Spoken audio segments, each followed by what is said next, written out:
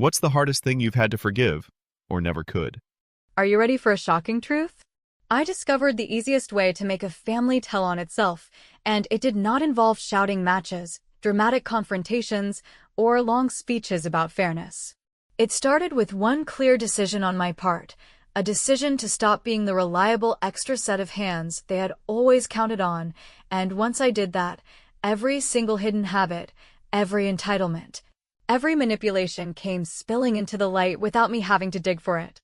My parents had always said they loved us equally, but if you looked at the trail of who got what, the math never added up. My brothers had houses before they had real jobs, new trucks while they still owed money on the old ones, and constant little boosts that were written off as just helping them get started. I, on the other hand, was told to be understanding, to be patient, to remember that I was the capable one who didn't need the same support.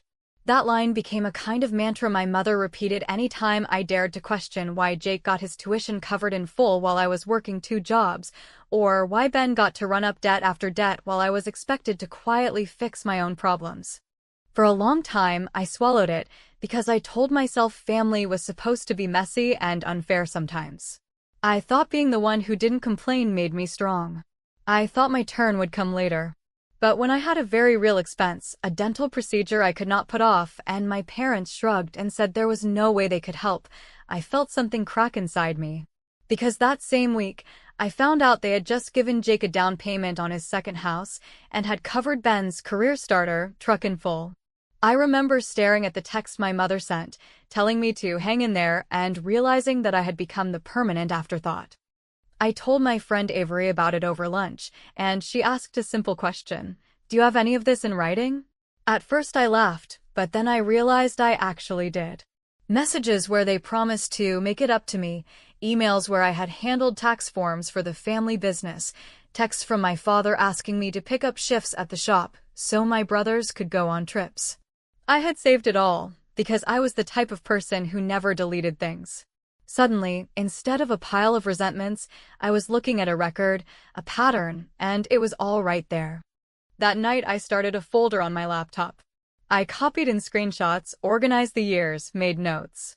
The more I gathered, the clearer it became that this wasn't just family being unfair, this was a system where I had been used as free labor and emotional backup, while my brothers got the actual resources that changed lives. And once I saw it laid out, I couldn't unsee it. I didn't announce anything, I didn't send a speech, I didn't even argue. I simply opened a new bank account at a credit union that had no ties to the family, moved my direct deposit, and then did one more thing that turned out to be the smartest move of all. I froze my credit with all three major bureaus. It took me less than an hour, and I did it quietly. I didn't even tell Avery until later. It felt like locking a door I had never realized was standing wide open. At first nothing happened, which almost made me doubt myself. But then the calls and texts began. My mother asking if I could just sign a formality for Ben's contractor loan, my father casually bringing up a store account they had added my name to just to get the discount. The pieces fell into place. That unexplained credit ping I had seen a month earlier suddenly made sense. They had been using me as collateral without ever asking me directly, assuming I would go along like always. When I refused to sign, my mother laughed nervously and said I was overreacting, but her eyes gave it away. She knew exactly what she was doing. And for the first time in my life, I said no and did not back down. It wasn't dramatic, it was final. And when she realized I wasn't budging, she turned cold, the way she always did when charm stopped working. Later that night, I got a group text from Jake about how family helps family, followed by Ben chiming in with guilt about how I was making things harder than they needed to be. I didn't answer. Instead, I opened my folder, added screenshots of their texts, and saved them with the others. The pattern was now undeniable, and I had every single piece of it in black and white. That's when I understood something I should have realized years ago. Saying no wasn't the end of the conversation, it was the beginning of seeing who they really were when I stopped being convenient. And once I saw that side of them, I knew this story was going to end differently than they expected. Because if they thought they could keep me silent and compliant forever, they were about to learn just how dangerous a folder full of receipts could be. And then came the voicemail from my father, his voice low and deliberate. "You will regret this." I listened to it twice, saved the audio, and added it to the folder. That was the moment I smiled for the first time in weeks. Because he didn't realize it yet, but every word they threw at me was no longer control, it was evidence. And what I did with that evidence was going to change everything. The moment I refused to co-sign what they casually called a formality, it was as if a switch flipped, because suddenly the tone of my parents and brother shifted from entitled charm to simmering hostility, and instead of pretending to respect my boundaries, they doubled down and tried to trap me with guilt, threats, and manipulation that I had seen before but never so openly. My mother sent a string of texts insisting that I was blowing things out of proportion, that it was just a piece of paper, and that by saying no, I was sabotaging my own brother's chance at getting his business off the ground. But the more she insisted it was nothing, the clearer it became to me that it was actually something huge, something that tied directly into the reason I had frozen my credit in the first place. I began going through my financial history with a sharper eye, and it did not take long to find the trail of misuse, because there it was, a big box store account that had my name listed as an authorized user, with charges connected to home renovation materials, fixtures, and appliances that I had never ordered, all of which were clearly part of Jake's new project. For years I had brushed off little red flags like unexplained inquiries on my credit or small mailings from banks I had never applied to, but this time I finally stopped making excuses, and I saw that they had been using me as a safety net in ways I had not agreed to, and they had counted on me being too exhausted or too loyal to push back. So I did what none of them expected. I walked into the notary office down the block where Mrs. Patel, a no-nonsense neighbor who had known me since I was a teenager, listened without judgment as I explained that I needed to file an affidavit stating that I had never authorized this account, never signed a single paper, and had been added without my consent. We filled it out line by line. I signed it under oath, she stamped it, and suddenly I was holding the very thing that changed the power dynamic, a piece of official documentation. With that affidavit, I filed an identity theft report, disputed the account formally with the store's corporate fraud department, and sent everything by certified mail, keeping the receipts in my growing folder. It did not take long for the consequences to hit, because within a week I got a call from a delivery company that had been scheduled to bring kitchen cabinets to Jake's address. And they were confused because the account was frozen and the charges were under investigation. I told them politely that I was not the person responsible, hung up, and almost laughed out loud at how quickly the dominoes started to fall. The next day, my brothers filled the group chat with accusations about how I had ruined everything, how I was making it personal, and how family doesn't drag family into legal trouble, but I stayed quiet, added the screenshots to my folder, and let the silence do the work. That was when my father left me a voicemail that sounded less like disappointment and more like a warning, his voice low and steady as he told me, "You will regret this, Lauren, you really will." I sat there listening to it on loop, not shaken but oddly calm, because instead of feeling cornered I realized that I had just caught him putting into words the very threat I had always sensed beneath the surface. I saved the file, backed it up to the cloud, and labeled it clearly, because if he wanted to escalate this into intimidation, then he had already handed me the first piece of undeniable evidence. At the next family dinner I attended, mostly out of curiosity to see how far they would push, the atmosphere was thick with unspoken tension, but I kept my focus. Jake launched into a speech about how hard it was to get his renovation business moving. Ben chimed in with his usual self-pity about how he was always struggling. And my parents sat there staring at me as if my refusal to co-sign was an act of betrayal instead of an act of self-preservation. When they pushed the stack of papers toward me again, I slid them back untouched and said evenly, "I don't sign what I don't owe." The silence afterward told me everything I needed to know. They had expected me to fold, and I had not. The fallout came quickly, because within days my mother was calling relatives, whispering that I had turned on the family, that I was trying to destroy my brother's futures, and that I was unstable. Old friends of hers began reaching out with awkward questions, clearly repeating gossip they had been fed, but this time I was prepared, because I had my affidavit, my dispute case number, and my certified receipts. Instead of explaining myself emotionally, I simply forwarded the case reference in a single-line reply. This is what I am addressing, nothing more, nothing less.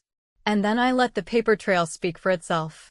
The best part was watching the confusion build as the store froze the account, deliveries stopped, contractors pulled back, and my brothers scrambled to cover the gap with excuses. It became clear that the web they had built around me as their fallback option was unraveling, and all I had done was say no, file the truth, and stay quiet.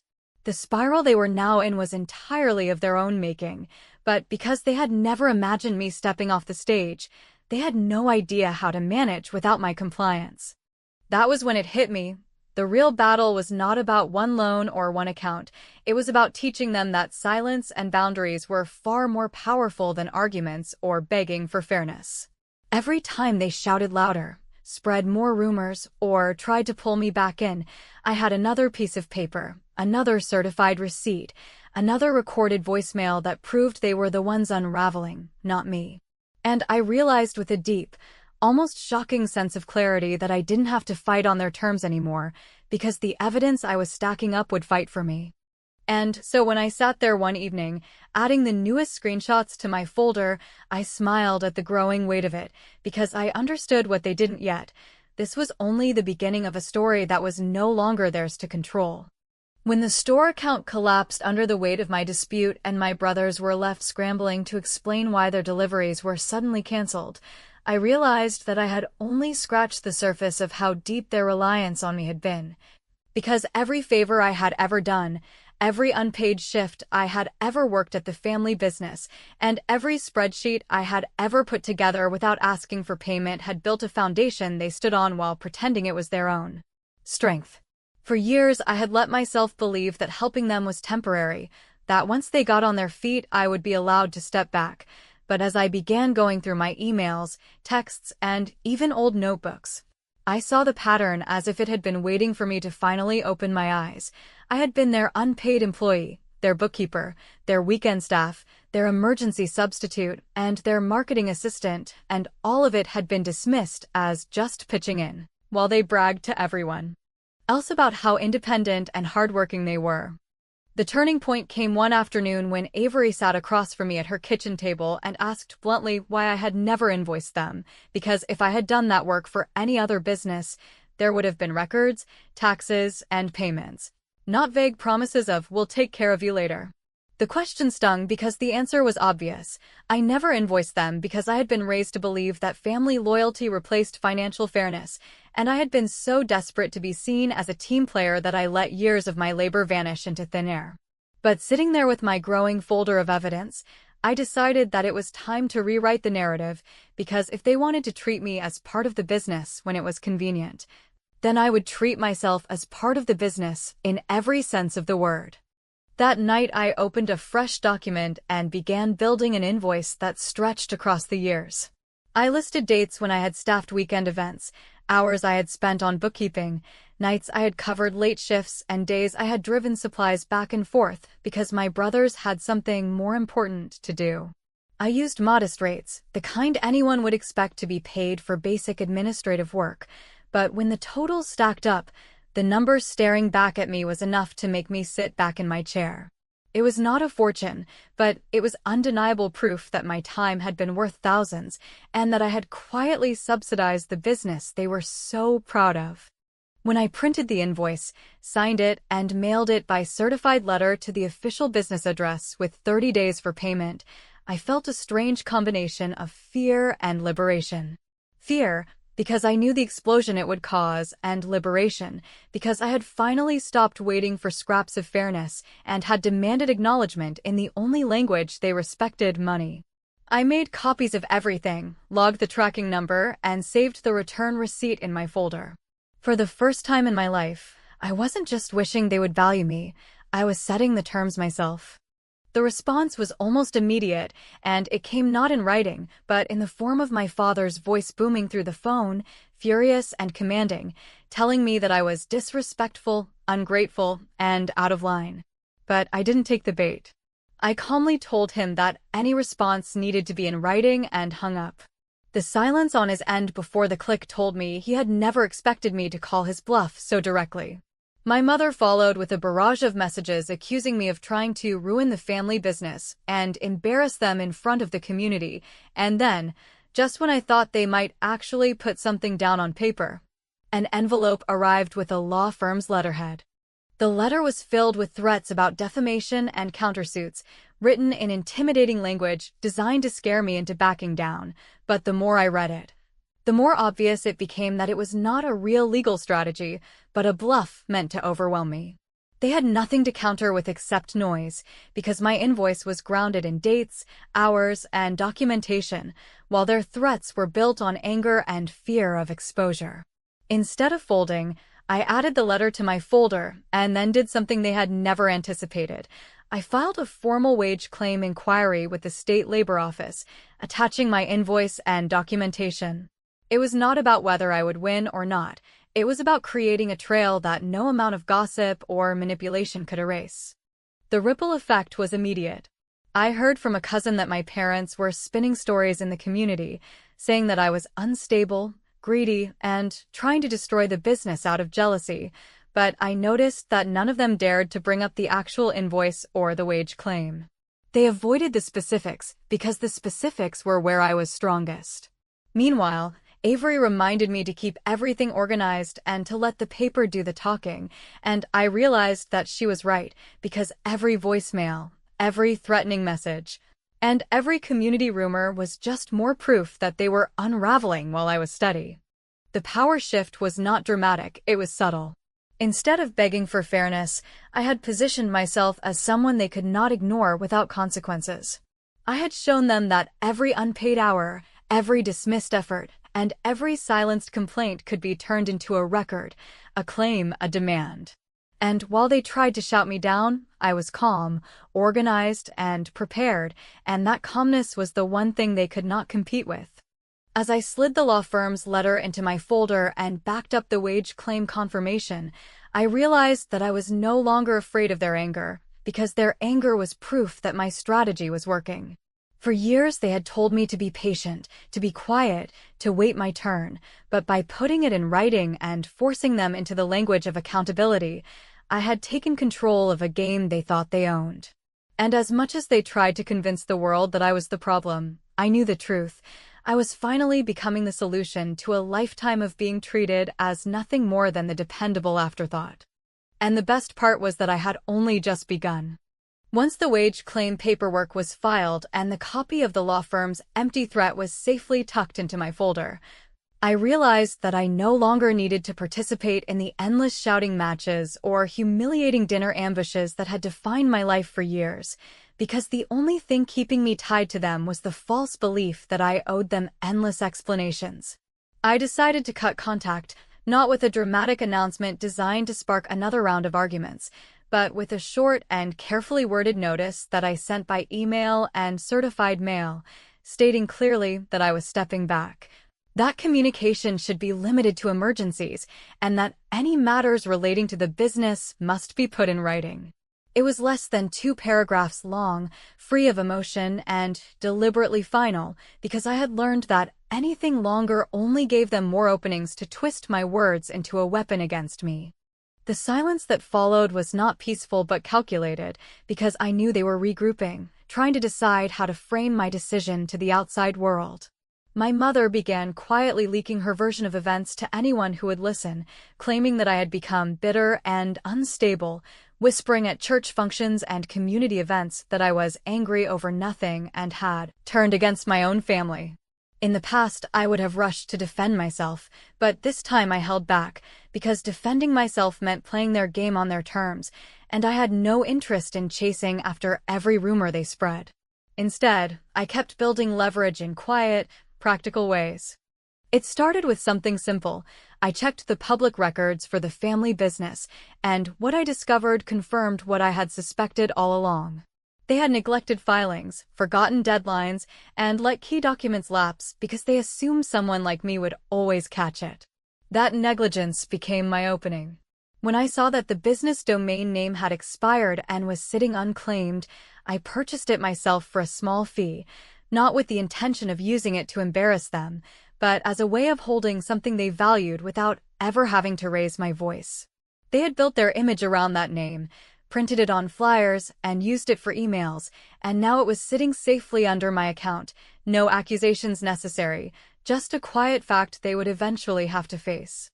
I also compiled a simple document of dates and receipts, stripped of any emotional commentary, laying out exactly what had happened with the unauthorized credit account, the unpaid labor, and the invoice that they had ignored. I did not publish it. I did not send it to everyone. I just kept it ready, because I understood that power was not in screaming the truth into a room full of people who had already decided not to listen, but in holding the truth in a form that could not be denied when the time came. When my mother began her campaign of whispers more aggressively, targeting her closest friends with stories about my supposed mental instability, I finally chose my response carefully. I forwarded to two of her most trusted allies a short, bulleted summary of the facts with copies of the certified letters attached. There was no anger in my message, no emotional pleading, just a calm presentation of evidence that spoke louder than any gossip. I did not follow up. I did not ask for support. I simply let the facts exist in front of people who were smart enough to recognize the difference between rumors and proof. The result was immediate because the whispers slowed, and the people who once repeated her stories back to me began to go quiet, unsure of what to believe now that they had seen documentation that undercut her narrative. The next escalation came in person, when Ben appeared at my door under the pretense of checking in, though his nervous smile and shifting eyes gave away the real reason he had come. He carried with him a clumsy proposal drafted by my father, some vague promises of settling things if I would agree to step back from the wage claim and hand over the domain. It was not a real deal but a veiled attempt to pressure me, wrapped in words about keeping family unity and avoiding unnecessary embarrassment. I listened without interrupting, not because I was considering it, but because I wanted to hear exactly how desperate they were becoming. When he finished, I told him plainly that if there was any negotiation to be had, it would be in mediation, not on my doorstep, and I closed the door before he could stumble through another rehearsed line. In that moment, I understood that I had shifted from being their reliable background character to being the one who controlled whether their fragile image could hold together. I did not have to publish my folder or shout my story from the rooftops, because the fear of what I might do with it was already working against them. Every time they tried to tighten their grip, they exposed themselves more, and the more I stayed silent except for certified letters and receipts, the more they spiraled out of control trying to contain the consequences of their own actions. What struck me most was how quickly people who had once dismissed me began to quietly step back from my parents' orbit, sensing that something was wrong but unable to articulate it, because they could see the cracks forming in the polished image my mother worked so hard to maintain. And for the first time in my life, I felt no compulsion to fix it for them, no urge to explain or smooth things over. Their chaos was no longer my responsibility, and my silence was the most effective boundary I had ever set. As I added the copy of Ben's so-called deal to my folder and noted the date, I realized that my strategy was simple but devastating. I was no longer giving them the reactions they craved, only records they could not erase. And the beauty of that strategy was that it made them do the unraveling for me. All I had to do was hold the line, keep my boundaries, and let their desperation make my case stronger than I ever could have on my own. And I knew, deep down, that the final confrontation was coming, the one where they would have to face me in a setting they could not control, where charm and gossip would not save them, and where every piece of evidence in my folder would finally land on the table. I did not know yet how far they would go before that day, but I knew one thing with absolute certainty. They were already losing, and I had only just begun to show them how much they had underestimated me. By the time mediation was scheduled, I had already reached the point where fear no longer had a hold on me, because every step I had taken up until that day had stripped away the illusions I had once carried about my family. I used to think that if I was patient enough, polite enough, or forgiving enough, they would eventually see me as worthy of the same respect and investment they had so easily poured into my brothers, but the process of gathering evidence, sending certified letters, and holding my boundaries had forced me to accept the truth. They had never intended to treat me fairly, and the only way to balance the scale was to remove myself from their control completely. Mediation was not about reconciliation. It was about drawing a line they could no longer cross, and as I prepared my folder with every affidavit, invoice, and record neatly arranged, I realized that I was no longer walking into a battlefield. I was walking into the final act of a performance they had written, but I was now directing. The morning of the meeting, I arrived calm and prepared, while they stumbled in with the nervous energy of people who believed intimidation would work better than reason. My father tried to project authority, leaning back in his chair as though he were in control. My mother carried herself with her usual sharp smile that was meant to convince outsiders she was composed, while Jake and Ben whispered between themselves as if plotting last-minute strategies. Across from them sat the mediator, who made it clear that this was not a place for shouting or threats, but for structured conversation, documentation, and resolution. For the first time in my life, the rules were not theirs to bend, and I could feel the imbalance of power shifting before a single word had been spoken. When it was my turn to present, I did not rant or accuse, because the folder in my hands already did that work for me. I laid out the invoice with dates and hours, the notarized affidavit about the unauthorized account, the certified receipts for every letter I had sent, and even the voicemail from my father telling me I would regret standing up for myself. Each piece landed on the table not as a dramatic revelation, but as quiet, undeniable fact, and with each page the weight of their performance crumbled. My mother's smile faltered, my father shifted uncomfortably, and my brothers avoided eye contact, because they had built their defense on the assumption that I would either cave or lose my composure, and instead I had done neither. Their lawyer attempted to counter with vague claims about family loyalty and implied that I was misrepresenting normal family dynamics, but the mediator cut him off and asked for documentation to back up his claims. He had none, and in that silence, I finally felt what it meant to stand on solid ground. For years I had been gaslit into questioning my own memory, doubting my own worth, and silencing my own frustration, but in that room, with papers stacked neatly in front of me, the truth was undeniable even to them. I then presented the agreement I had drafted, a payment plan for the labor I had contributed, a written acknowledgement of the unauthorized credit use with an apology attached, and a non-disparagement clause that barred them from spreading further lies about me in the community. It was simple, precise, and entirely reasonable compared to the mountain of proof I could have unleashed publicly. The choice I offered them was clear: sign and accept these terms quietly, or refuse and face the continuation of the wage claim, the fraud investigation, and the exposure of every piece of evidence I had held back. For the first time, they understood that I was not asking but deciding, and their faces betrayed the realization that their control had slipped away completely. After tense whispering and long glares exchanged across the table, they signed. The apology they produced was half-hearted, written in stiff language that barely concealed their resentment, but it did not matter to me, because the signature on that document was proof that they had been forced to acknowledge my position. And the first payment arrived within weeks, exactly as stipulated. I transferred the business domain back to them only after confirming the deposit, not out of kindness, but to show that I was capable of keeping my word while they had to live with the knowledge that they had been cornered into keeping theirs. For the first time, I walked away from a confrontation with my family without feeling depleted or defeated. Instead, I felt powerful, not because I had destroyed them, but because I had dismantled the system they had used to diminish me for years. Their gossip, their manipulation, and their threats had lost their bite because I no longer needed their approval or participation in my life. My silence and my boundaries were stronger than any performance they could stage, and the payment plan and non-disparagement clause were reminders that I had finally flipped the script in a way they could not undo. The final test came weeks later, when my mother attempted one last desperate maneuver. She sent me a frantic message claiming she was in the hospital with a serious health emergency, clearly fishing for a reaction that would pull me back into the cycle of panic and obligation.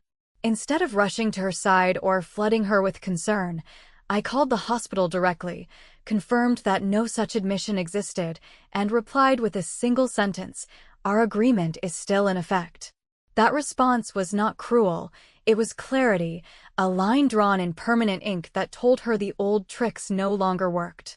From that day forward, I no longer feared what they might do or say, because I had proven to myself that I could stand on my own without their approval, their money, or their validation. The life I began to build afterward was not free of challenges, but it was free of the constant weight of being used, dismissed, and silenced. They had spiraled out of control the moment I stopped playing my part, and in the end, all I had done was enforce boundaries they could not cross. As I filed away the final document from mediation and closed the folder, I knew that I had not just ended a toxic pattern, but rewritten my role in my own life, and that was the most satisfying victory of all. They had underestimated me for years, and now they were left with the consequences of their own choices, while I was finally free to live mine without apology.